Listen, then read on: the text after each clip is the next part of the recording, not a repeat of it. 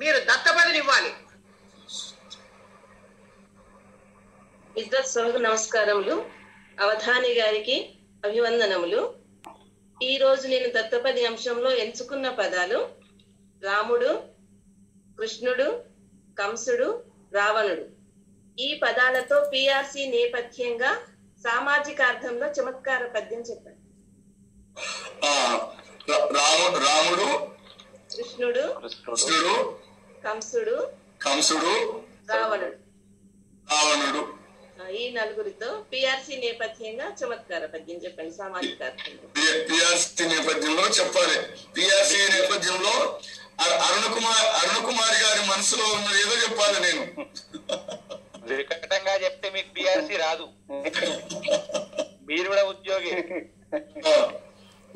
మాకు రాష్ట్ర ప్రభుత్వం పిఆర్సీతో లాభం లేదు, కేంద్ర ప్రభుత్వంతో అంతకు లాభం లేదు. ఏది మాకు లాభం చేయడం లేదు.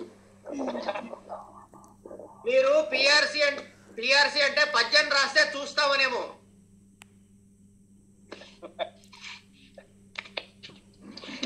సభలో శ్రీ ముద్దురాజ అవధాని గారు కూడా వచ్చారు. వారికి స్వాగతం, నమస్కారం అండి.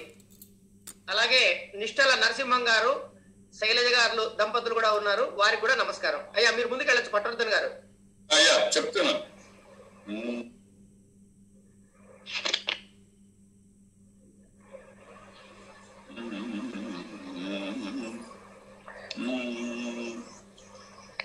రాముని రీతి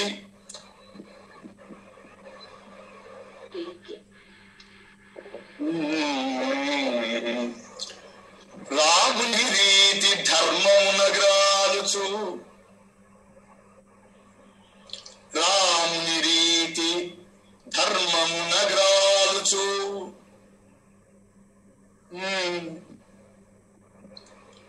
రాముని రీతి ధర్మమునగ్రాలుచు, వేతనములు. ఇక్కడ ప్రజలు అంటే ఉద్యోగులు కూడా ప్రజలే కాబట్టి ప్రజ అంటున్నాం. రాముని రీతి ధర్మమునగ్రాలుచు, వేతనములు ప్రజాలికి. రాముని రీతి ధర్మమునగ్రాలుచు, వేతనము జితం. రాముని రీతి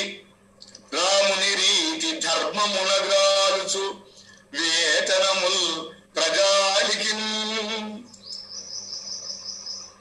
అవధాని గారు, వేతన వృద్ధి గోరుచున్ అంటే బాగుంటుందేమో. ఏమండి? వేతన వృద్ధి గోరుచున్ అదే అక్కడ అతని గురించి చెప్తున్నానండి. ధర్మమున గ్రాలేని వారి గురించి చెప్తున్నాను. అంటే పిఆర్సి అన్నారు కదా, వేతన వృద్ధి కదా పిఆర్సి వాళ్ళు వచ్చేది. అదే చిట్టీలుగా చెప్తున్నారా నాయన మీరు?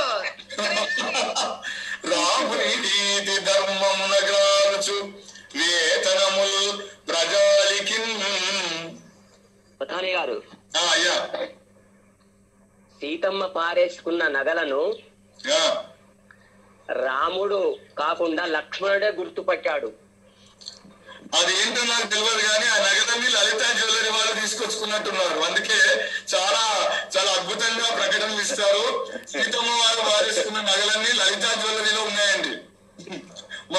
మనం పోయి అక్కడ కంపేర్ చేసుకొని చూసుకోవచ్చు.